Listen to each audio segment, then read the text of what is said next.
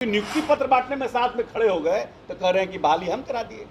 आप तो ऐसे पूछने लग रहा है कि हम ही देश के वित्त मंत्री हैं। अब हम देश के वित्त मंत्री नहीं ना हैं। अभी आज हम इंटरव्यू दे रहे हैं, पता चला सुबह सुबह मेरे लिए आपको बांसघाट आना पड़ेगा। हाँ, कोविड में ऐसा ऐसा देखे हैं, कोई कल का कोई नहीं जानता। अब तो वोट बंद हो गया। Why you have not reviewed it when you were the minister? Who was stopping you to do that? नमस्कार, दर्श न्यूज देख रहे हैं आप और मैं हूं आपके साथ दक्षा प्रिया।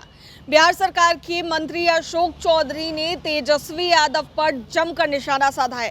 दरअसल जिस तरीके से आजकल तेजस्वी यादव अपने सोशल मीडिया पर पोस्ट करते नजर आ रहे हैं, कभी सीएम नीतीश कुमार जिस तरीके से हाथ जोड़ रहे थे, पिछले दिनों वीडियो सामने आया था, उसको लेकर के पोस्ट करते नजर आते हैं, तो कभी वो पुल को गिरने को लेकर के पोस्ट करते नजर आते हैं। अब इसी चीज को लेकर अशोक चौधरी जो हैं वो तेजस्वी यादव पर हमलावर नजर आए हैं। क्या कुछ कहते नजर आए हैं, आइए आपको सुनाते हैं। Introduced the department. Why you have not reviewed it when you were the minister? Who was stopping you to do that? You were deputy chief minister. You were the partner of this coalition. Why you have not done it? नौकरी का दावा करते हैं, लेकिन वो अपने कार्यकाल में नौकरी का दावा करते हैं। नौकरी का दावा करते हैं। अब हमको एक बात बताइए, माननीय मुख्यमंत्री जी ने अभी बापू टावर का उद्घाटन करेंगे। अभी वाल्मीकि नगर में उन्होंने जो वाल्मीकि नगर का हमारा बना है विश्राम गृह और ऑडिटोरियम, उसका उन्होंने उद्घाटन जाके किया। अब गए हमारे साथ जयंत राज जी, माननीय मुख्यमंत्री जी के साथ। नाम तो वहाँ जयंत राज का लगा हुआ है, लेकिन उस स्कीम का अप्रूवल से लेकर के उसको पूरे बनाने मेरे टेन्योर में हुआ है।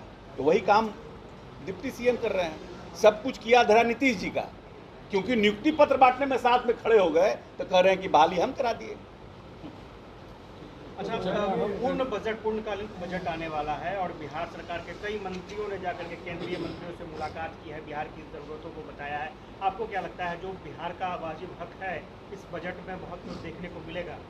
देखिए, हमारा बहुत पुराना डिमांड है, इसलिए कि हमने आपको कहा है कि माननीय नेता का हमारे सिर्फ और सिर्फ जीवन का मकसद है बिहार का डेवलपमेंट।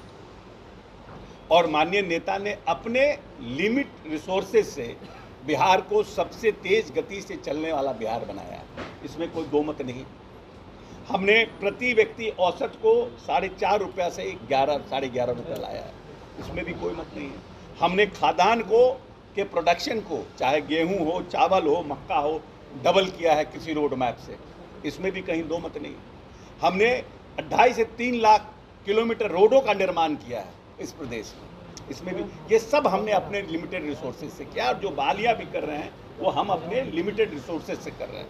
अगर केंद्र सरकार हमें विशेष पैकेज या विशेष राज्य का दर्जा दे, उसके तरह कोई स्कीम्स हमको देगा, तो निश्चित रूप से बिहार को और तेज़ी से हम आगे ले जा सकते हैं और हम जो विकसित राज्य हैं उसके श्रेणी में हम आ सकते हैं।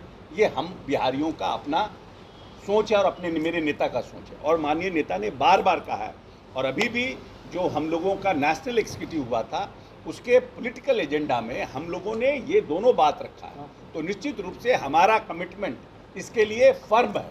और हमारे नेता ने प्रधानमंत्री से भी अपनी भावनाओं को अवगत कराया है। तो निश्चित रूप से आने वाले भी बजट में और आने वाले समय के बजट में निश्चित रूप से बिहार को कुछ न कुछ विशेष का उम्मीद हम लगाए हुए हैं। सर, आंध्र प्रदेश को 65,000 करोड़ का प्रोजेक्ट मिल रहा है।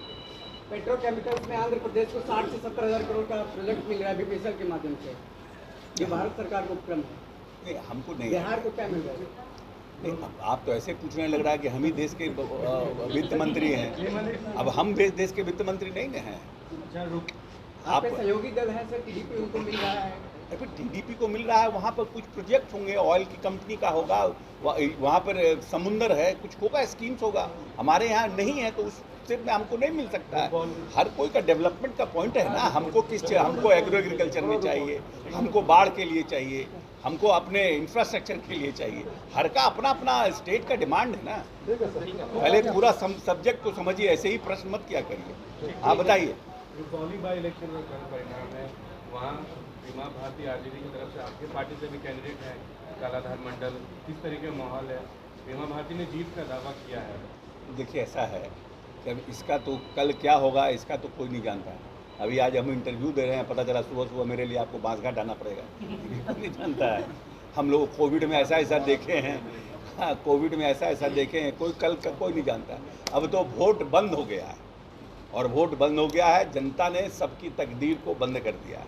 हम लोग उम्मीद ये कर रहे हैं कि हमारे नेता के कार्यों पर हमको वोट मिला है और हम जीतेंगे। तो सुना आपने क्या कुछ कहते नजर आए हैं बिहार सरकार के मंत्री अशोक चौधरी।